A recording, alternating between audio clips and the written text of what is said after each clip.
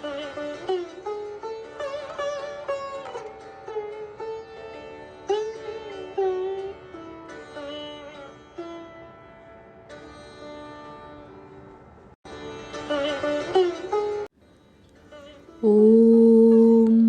यथाग्नेर्दाहिका शक्ति रामकृष्णे स्थिता हिया सर्वविद्यास्वरूपां तां शारदां প্রণমাম্যহম। শ্রী শ্রী মায়ের কথা, শ্রী প্রবোধ ও শ্রী মনীন্দ্র। শান্তানন্দ স্বামী মায়ের নিকট দেশের দুঃখ দুর্দশার কথা তুলিলেন।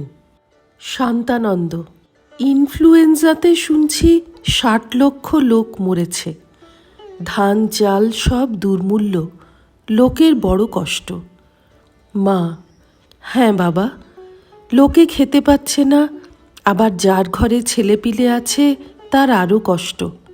এই তো কষ্ট আরম্ভ হয়েছে, বর্ষা হয়ে ধান চাল হলে তবে তো কষ্ট যাবে।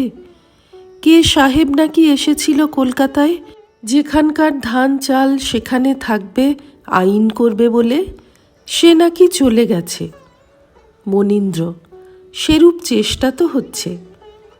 শান্তানন্দ: লোকের কষ্ট তো দিন দিন বাড়ছে, এত কষ্ট দেশে, এ কি মা কর্মফল?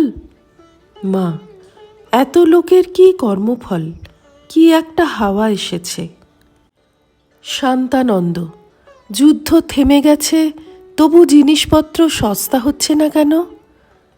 মা: তবে যে বলে আবার যুদ্ধ হচ্ছে। শান্তানন্দ: সে এখানে কাবুলে, এত দুঃখ কষ্ট, যুদ্ধ বিগ্রহ, এ কি মা যুগ পরিবর্তন হবে আবার? মা হাসিয়া: কি করে বলবো, তাঁর ইচ্ছায় কি হবে কেমন করে জানব। রাজার পাপে রাজ্য নষ্ট হয়, হিংসা, খলতা, ব্রহ্মহত্যা, এইসব পাপ। রাজার পাপে প্রজার কষ্ট ও দৈব উৎপাত, যেমন যুদ্ধ, ভূমিকম্প, দুর্ভিক্ষ। সবাই একটু নরম হলে তো যুদ্ধ থেমে যায়। আহা, ভারতেশ্বরী কেমন ছিলেন, লোকে কেমন সুখে স্বচ্ছন্দে ছিল। এখন একটি ৫ বছরের ছেলে, সেও দুঃখের কথা বোঝে, বলে আমার পরবার কাপড় নেই। আচ্ছা, শরৎ যে এখানে চাল দেওয়ার ব্যবস্থা করেছে, কতগুলি চাল দেওয়া হলো? মনীন্দ্র: কত তা ঠিক বলতে পারছি না, তবে প্রতি সপ্তাহে ৩৪ টাকার চাল দেওয়া হয়। মা: কত করে পাচ্ছে? মনীন্দ্র: জনপ্রতি ১ পোয়া হিসাবে। মা: প্রত্যেকে কত পেলে? মনীন্দ্র: ৬ সের, ৭ সের, ৮ সের, যাদের যেমন লোক খেতে। মা: কতগুলি লোক পেলে? মনীন্দ্র: ঠিক জানি না, মুসলমানের মেয়েরাই বেশি ভিখারি। মা: হ্যাঁ, এখানে মুসলমানেরা গরিব বেশি। আচ্ছা, শরৎ আর কোথায় চাল দিচ্ছে? মনীন্দ্র: বাঁকুড়া, ইন্দপুর, মানভূম, যেখানে দুর্ভিক্ষ সেখানে দিচ্ছেন। মা: ছেলেরা যাচ্ছে সেখানে? শান্তানন্দ: মঠ থেকে যাচ্ছে।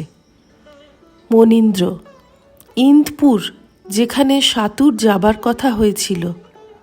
মা: সাতুর ভগ্নীটির শিওরে বিবাহ হয়েছে। মনীন্দ্র: হ্যাঁ মা, সাতু বিবাহে না যাওয়ায় তার বাপ মা। মা: হ্যাঁ, বড় দুঃখিত হয়েছে, তা হবেই তো, কিন্তু সাধু সন্ন্যাসী মানুষ বিয়েতে যাবে কেমন করে? অন্য সময় যাবে বই কি।